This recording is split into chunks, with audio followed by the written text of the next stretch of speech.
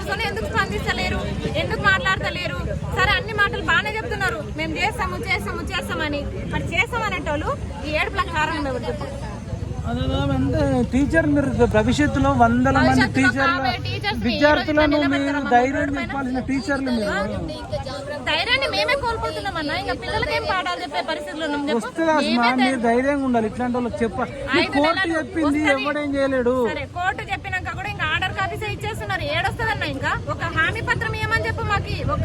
ఒక హామీ ఇస్తే మేము ఇట్లా రోడ్ల పైన కూర్చోము, తిరుగుతూనే ఉన్నాము. 5 నెలల నుంచి ప్రతి లీడర్ దగ్గరికి తిరుగుతున్నాం కదా. ఇప్పుడు అది కాకుండా ఇప్పుడు ఇట్లా ఏడిపిస్తే ఏంది పరిస్థితి? ఇప్పుడు నేను శరత్ సార్ కూడా చేస్తాను, మీరు మాట్లాడుతుండండి. ఇప్పుడు ఇంటీరియర్ ఆర్డర్స్ లెక్క చేయకుండా వీళ్ళ ప్రాసెస్ వీళ్ళు చేస్తున్నారు. శరత్ సార్ కూడా లాయరే కదా, సార్ ఏం చెప్తారో వినండి. ఇప్పుడు ఈ ఇంటీరియర్ ఆర్డర్స్ ని ఫాలో అవ్వకుండా వాళ్ళు చేసేది వాళ్ళు చేస్తున్నారు. మనం ఏ విధంగా ప్రొసీడ్ అవ్వచ్చు?